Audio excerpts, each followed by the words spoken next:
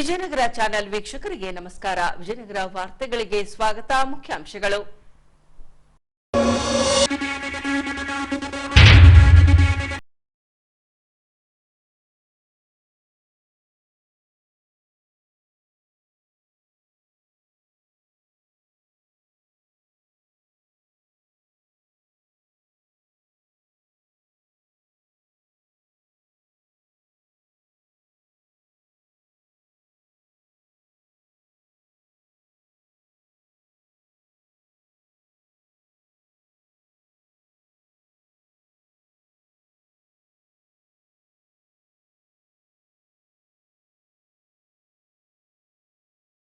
ಅವಕಾಶ ಪಡೆದ 3ನೇ ತರಗತಿ ವಿದ್ಯಾರ್ಥಿ ವಿಲಾಸ್ ಮಾಲಿಮಠ್. ಈಗ ವಾರ್ತೆಗಳ ವಿವರ.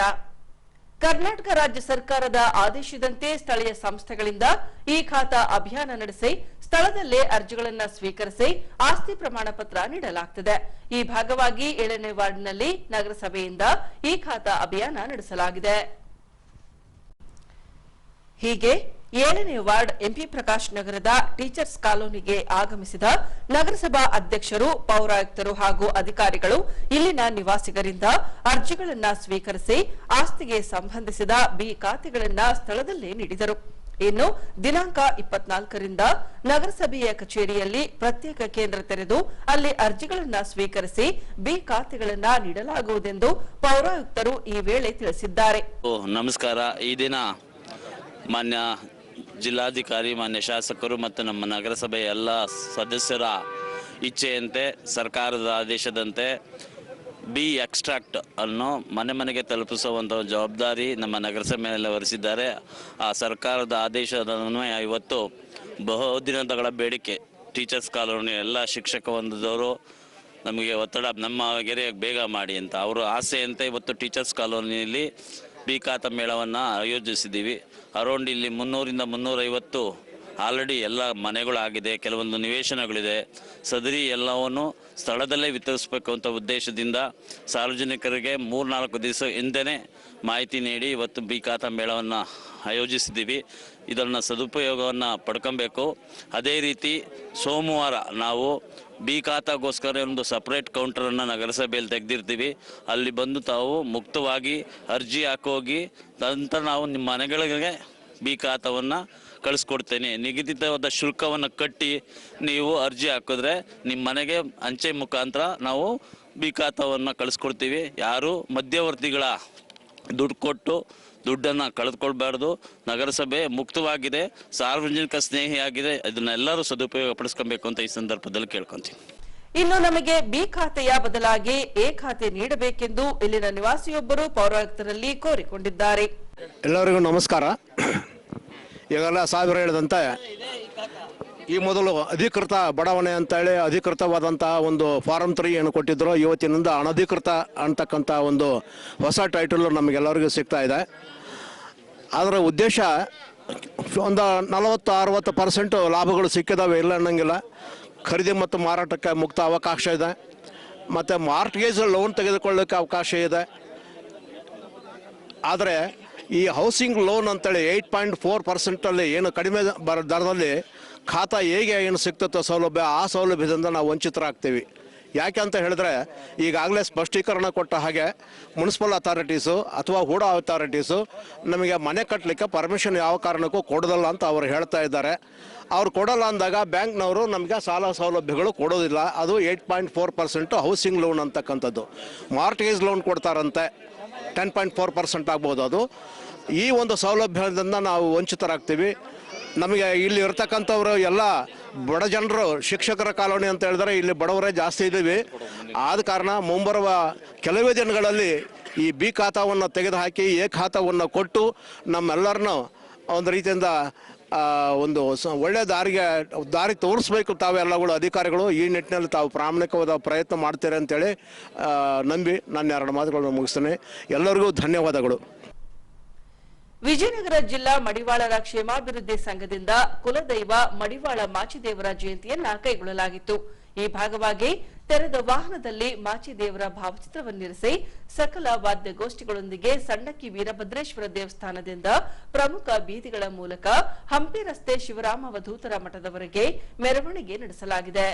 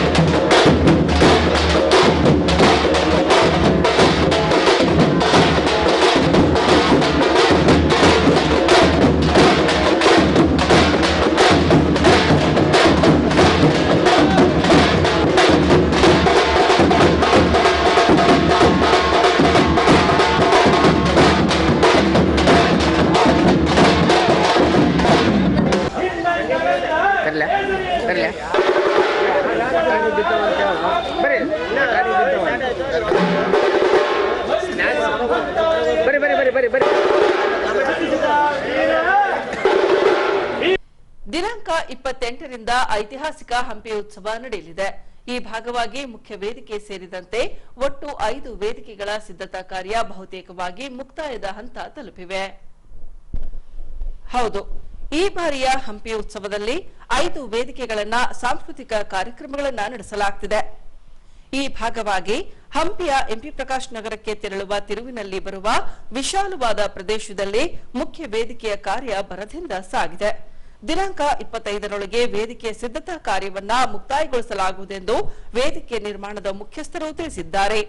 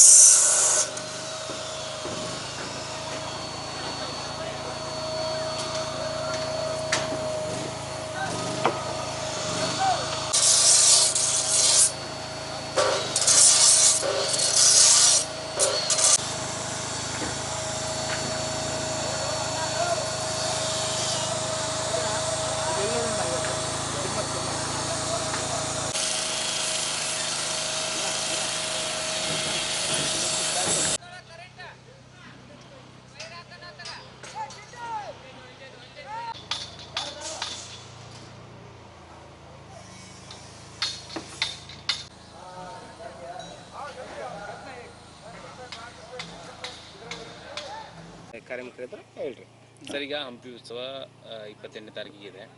ತಮಗೆ ವೇದಿಕೆ ನಿರ್ಮಾಣದ ಹೊಣೆ ಕೊಟ್ಟಿದ್ದಾರೆ. ಏನೇನೆಲ್ಲ ಸ್ಮಾರಕಗಳನ್ನು ಇಲ್ಲಿ ಅನಾವರಣ ಮಾಡಿಕೊಂಡು ವೇದಿಕೆ ನಿರ್ಮಾಣ ಮಾಡ್ತಾ ಇದ್ದೀರಿ?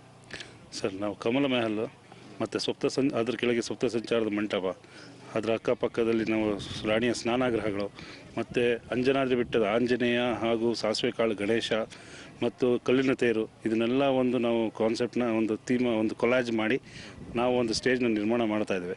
ಇದು ಟೋಟಲ್ ಸ್ಟೇಜ್ ಸೈಜ್ ಬಂದು 112/68 ಸ್ಟೇಜ್. ಈ ಸ್ಟೇಜ್ನಲ್ಲೂ ಕೂಡ ನಾವು 3 ಭಾಗ ಮಾಡಿದ್ದೀವಿ. ಮೊದಲನೇ ಭಾಗ ನಾವು ಸ್ಟ್ರಕ್ಚರ್ಸ್ಗಳಿಗೋಸ್ಕರ ನಾವು ಯೂಸ್ ಮಾಡ್ಕೊಂಡಿದ್ದೀವಿ. ಸೆಕೆಂಡ್ ಸ್ಟೇಜ್ ಬಂದು ನಮಗೆ ಮ್ಯೂಸಿಷಿಯನ್ಸ್ಗಳು ಪರ್ಫಾರ್ಮೆನ್ಸ್ ಮಾಡೋದಕ್ಕೆ ನಾವು ಯೂಸ್ ಮಾಡ್ತಾಯಿದ್ದೀವಿ. ಮೂರನೇದು ಬಂದು ಡ್ಯಾನ್ಸರ್ಸ್ ಇರ್ಬೋದು, ಏನೋ ಒಂದು ಪರ್ಫಾರ್ಮೆನ್ಸ್ ಇರ್ತದಲ್ಲ, ಅವ್ರಿಗೆ ವಿತ್ ರ್ಯಾಂಪ್ ನಾವು ಮಾಡಿ ನಿರ್ಮಾಣ ಮಾಡ್ತಾಯಿದ್ದೀವಿ ಸರ್. ಸರ್, ಈಗ VIP VVIPs ಎಲ್ಲ ಬರ್ತಾರೆ, ಅವರಿಗೆಲ್ಲ ಉಳ್ಕೊಳ್ಳೋಕ್ಕೆ ಏನೆಲ್ಲ ವ್ಯವಸ್ಥೆ ಮಾಡಿದ್ದೀವಿ? VVIP ಇಲ್ಲಿ ಮೇನಾಗಿ ನಾವು ಆರ್ಟಿಸ್ಟ್ಗಳಿಗೆ ಅಂತ ಈ ಕಡೆ ಒಂದು ಲಾಂಚ್ ಮಾಡಿದ್ವಿ. ಅದರಲ್ಲಿ ಗ್ರೀನ್ ರೂಮ್ಸ್ಗಳೆಲ್ಲ ಮಾಡಿದ್ವಿ. ಈ ಕಡೆ ಬಂದು ನಾವು CMಗೆ ನಾವು ಒಂದು ಸಪ್ರೇಟಾಗಿ ಒಂದು ಟೆಂಟ್ ಮಾಡಿ ಅದರಲ್ಲಿ ಅವ್ರಿಗೆ ಉಳ್ಕೊಳ್ಳೋಕ್ಕೆಲ್ಲ ನಾವು ಮಾಡಿದ್ವಿ. ಮತ್ತು ಈವನ್ ಮೀಡಿಯಾ ಹೌಸಸ್ಗೂ ನಾವು ಇಲ್ಲಿ ಒಂದು ದೊಡ್ಡ ಒಂದು ಟೆಂಟ್ ಕಟ್ಟಿ 50/80 ಟೆಂಟ್ ಕಟ್ಟಿ ನಾವು ಅದರಲ್ಲಿ ಅವ್ರಿಗೆಲ್ಲ ವ್ಯವಸ್ಥೆ ಮಾಡಿ. ಈಗ ಈ ವೇದಿಕೆ ನಿರ್ಮಾಣ ಮಾಡೋಕ್ಕೆ ಎಷ್ಟು ಜನ ಕಾರ್ಮಿಕರನ್ನು ಬಳಕೆ ಮಾಡ್ಕೊಂಡಿದ್ದೀರಿ? ಯಾವಾಗ ಮುಗಿಯುತ್ತೆ ಕಾರ್ಯಕ್ರಮ? ಈ ಕಾರ್ಯಕ್ರಮ ಈ ಟೋಟಲ್ ಸ್ಟೇಜ್ದೆಲ್ಲ ಕೆಲಸವನ್ನು ನಮಗೆ 24th ಸಂಜೆ ಅಥವಾ 25th ಒಳಗೆ ನಾವೆಲ್ಲ ಮುಗಿಸ್ತಾ ಇದ್ವಿ. ನಾವು 2 ದಿನ ಮುಂಚೆನೇ ಮುಗಿಸಿ ಎಲ್ಲ ರೆಡಿ ಮಾಡಿ ಇಟ್ಕೋಬೇಕು ಅಂತ ನಾವೆಲ್ಲ ಟೋಟಲ್ 80ರಿಂದ 100 ಜನ ನಾವು ಟೋಟಲಾಗಿ ಹಾಕೊಂಡು ಹುಡುಗನ ಯೂಸ್ ಮಾಡ್ಕೊಂಡು ನಾವು ಕೆಲಸ ಮುಗಿಸ್ತಾ ಇದ್ವಿ ಸರ್. ರಾಜೇಂದ್ರ ಉಡುಪ ಅಂತ, ನಾನು ರೆಪ್ರೆಸೆಂಟ್ ಮಾಡ್ತಾ ಉಡುಪಾಸ್ ಎಂಟರ್ಪ್ರೈಸಸ್. ವಿಜಯನಗರ ಜಿಲ್ಲೆಯ ಕೊಟ್ಟೂರಿನಲ್ಲಿ ದಿನಾಂಕ 22ರಂದು ಕೊಟ್ಟೂರೇಶ್ವರ ಸ್ವಾಮಿಯ ರಥೋತ್ಸವ ಕೈಗೊಳ್ಳಲಾಗಿತ್ತು. ಈ ಭಾಗವಾಗಿ ಸಂಜೆ ವೇಳೆ ರಥೋತ್ಸವ ನಡೆಸಲಾಗಿ ರಾಜ್ಯ ಸೇರಿದಂತೆ ಹೊರ ರಾಜ್ಯಗಳಿಂದ ಆಗಮಿಸಿದ್ದ ಸಹಸ್ರಾರು ಭಕ್ತರು ರಥೋತ್ಸವದಲ್ಲಿ ಪಾಲ್ಗೊಂಡು ಕೊಟ್ಟೂರೇಶ್ವರ ಸ್ವಾಮಿಯ ಕೃಪೆಗೆ ಪಾತ್ರರಾದರು.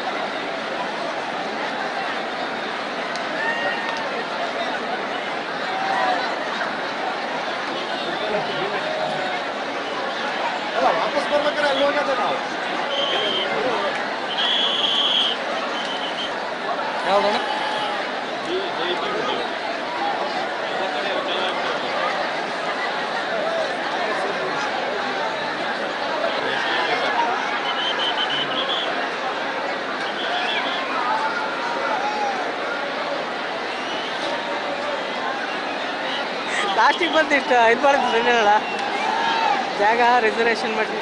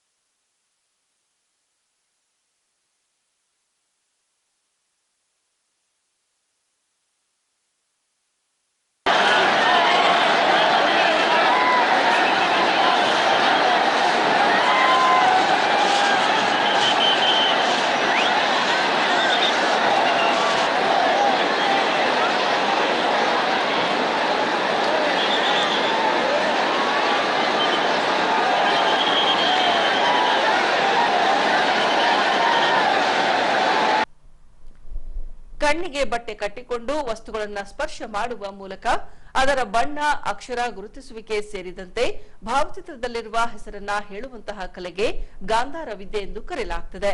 ಹೀಗೆ 3ನೇ ತರಗತಿ ಓದುತ್ತಿರುವ ವಿದ್ಯಾರ್ಥಿಗೆ ಈ ಬಾರಿಯ ಹಂಪಿ ಉತ್ಸವದಲ್ಲಿ ವೇದಿಕೆ ಕಲ್ಪಿಸಿಕೊಡಲಾಗಿದೆ.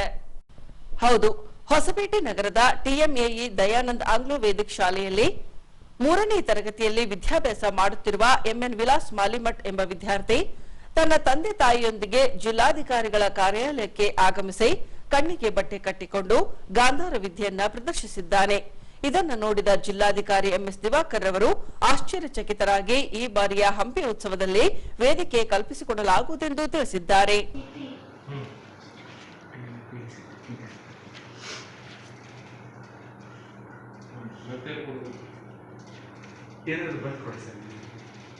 ಇಂಗ್ಲಿಷ್ ಕೊಡಬೇಕು, ಇಂಗ್ಲಿಷ್ ಅಲ್ಲಿ ಕೈ ಬರ್ಕೊಡಿ ಸರ್, ಬುಕ್ ಕೊಡಿ ಸರ್. ಇಲ್ಲ ಕನ್ನಡ ಓದ್ತಾನೆ ಸರ್, ಅಂದರೆ 1 ಲಕ್ಷ ಇರುತ್ತೆ ಸರ್. ನಾವು ಕೂಡ ಅವ್ರ ಕೈಯಲ್ಲಿ ಕೊಡಲೇಬೇಕಾ? ಅಲ್ಲಿಗೆ ಸ್ಪರ್ಶ ಮತ್ತೆ ಇದು ಬೇಕು ಸರ್, ಸ್ಪರ್ಶ ಬೇಕು ಮತ್ತೆ ಅವನಿಗೆ ವಾಸನೆ ಮಾಡ್ತಾರೆ ಸರ್, ಅದ್ರ ಮೇಲೆ ಹೌದು ಸರ್. ಇದು ಓದಪ್ಪ ಮೇಲೆ ಬುಕ್ ಮೇಲೆ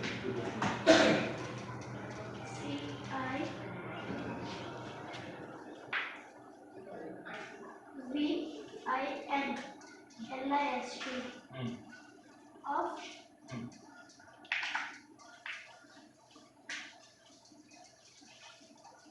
ISS officers 2024.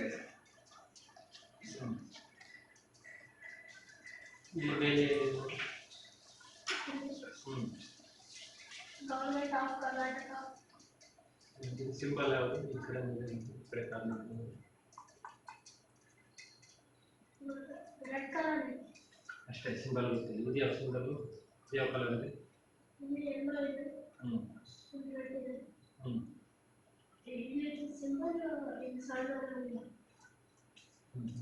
ಇದೇನದು?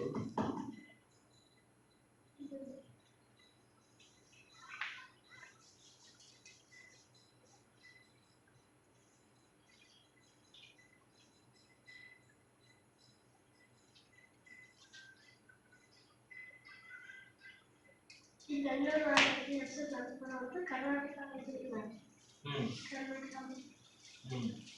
ಬೆಂಗಳೂರಲ್ಲಿ ವಿಧಾನಸೌಧ. ಫೋಟೋ ನೋಡಿ ಗೊತ್ತಾಗತ್ತಾ? ಮೊಬೈಲಲ್ಲಿ ಯಾವ್ದು ಪ್ರೊಸೆಸ್? ಈ ಫೋಟೋ ಯಾರ್ದು? ಇದು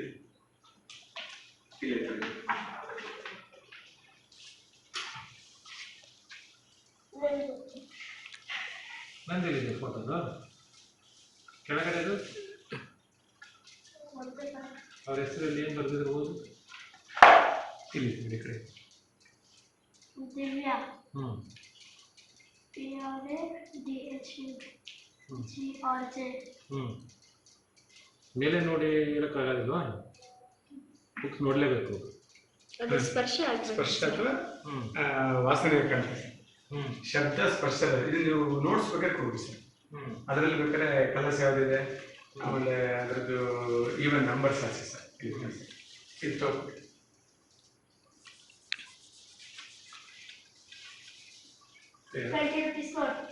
ಏನು ಗೊತ್ತಾಗ್ತಿದ್ದು? ಅದು ಕ್ಯಾನ್ ಆಗುತ್ತಾ? ಓಕೆ, ಅದರಲ್ಲಿ ಸೀರಿಯಲ್ ನಂಬರ್ ಸರ್. 681 681 086 681 ಕಲರ್ ಯಾವುದು ನೋಟದು?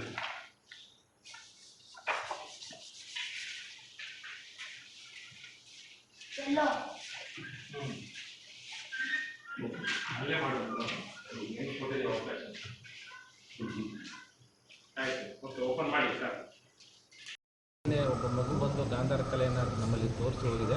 ಅದು ತುಂಬ ಚೆನ್ನಾಗಿದೆ. ಅದು ಕೂಡ ಅನುಕೂಲವಾಗಲಿ ಅಂತೇಳಿ ನಾವು ಅವರಿಗೆ ಹಂಪಿ ಉತ್ಸವದಲ್ಲಿ ವೇದಿಕೆಗಳಲ್ಲಿ ಅವಕಾಶ ಮಾಡಿಕೊಡ್ತಾ ಇದ್ದೀವಿ. ಯಾವ ವೇದಿಕೆ ಕೊಡ್ತೀವಿ?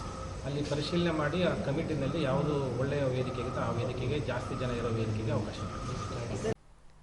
ಈಗ ಕೊನೆಯಲ್ಲಿ ಮತ್ತೊಮ್ಮೆ ವಾರ್ತೆಗಳ ಮುಖ್ಯಾಂಶಗಳು.